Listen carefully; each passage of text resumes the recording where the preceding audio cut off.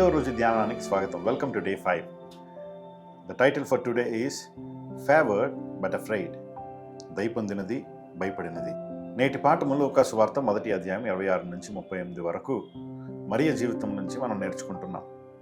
గాబ్రియేలు దూత మరియను దర్శించడానికి వచ్చినప్పుడు అతడు దయాప్రాప్తురాలా నీకు శుభం అని పలికినప్పుడు ఆమె బహు తొందరపడినది అని మనము చూస్తాము. దీనివల్ల మనం ఒక సత్యం నేర్చుకుంటున్నాం. అదేమిటి అనంటే, దేవుని కృప మనల్ని దర్శించడానికి వచ్చినప్పుడు మొదట భయంలా అనిపిస్తుంది, తర్వాత నెరవేరిన ఆశీర్వాదముగా మారుతుంది. కొన్నిసార్లు దేవుని పిలుపు మనల్ని ఆశ్చర్యపరుస్తుంది. అలాంటి సమయంలో భయము అనేకమైన ప్రశ్నలు అడుగుతుంది. అప్పుడు విశ్వాసం చెప్పే మాట ఏంటి అనంటే, నీ మాట చొప్పున నాకు జరుగునుగాక అని. మరియా తన ప్రణాళికలు, తన ఉద్దేశాలు, తన పేరు, తన సౌకర్యం వీటన్నిటినీ దేవునికి అప్పగించింది. తద్వారా ఆమె జీవితంలో దేవుని కృపను పొందుకోగలిగిన దానిగా మారింది. క్రిస్మస్ అద్భుతం మనకి అర్థం అవడంతో జరిగేది కాదు, కానీ విధేయత చూపడంతో ఆరంభమయ్యేది. ఈ ఉదయం మరియ యొక్క ధైర్యాన్ని గుర్తు చేసుకుందాం.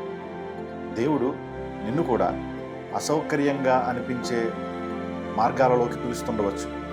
ఒక క్షమాపణలోకి నిన్ను పిలుస్తుండవచ్చు, ఒక పరిచర్యలోకి నిన్ను పిలుస్తుండవచ్చు, ఒక ఉదారతలోకి నిన్ను పిలుస్తూ ఉండవచ్చు, లేకపోతే వినయంతో కూడిన నిర్ణయం తీసుకోమని నిన్ను పిలుస్తూ ఉండవచ్చు.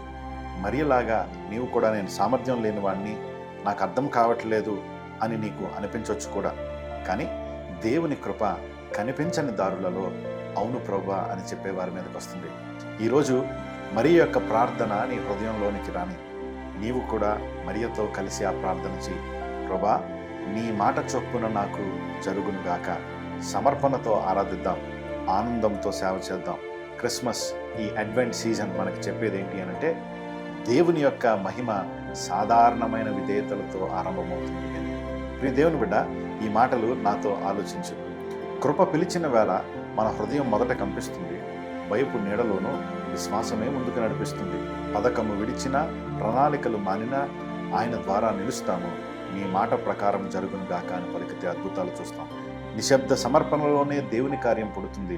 చిన్న అవును ప్రభువాలో మహిమ కొత్తగా వెలుగుతుంది. క్రిస్మస్ వెలుగులో ధైర్యం మళ్ళీ పుడుతుంది. సాధారణ హృదయం ఆయన చేతిలో అద్భుతమై మారుతుంది. రేపటి ధ్యానంలో మరలా కలుసుకుందాం. అప్పటి వరకు దేవుని కృప పొందిన వారముగా ఆశీర్వదింపబడుదుముగాక. ఆమేన్.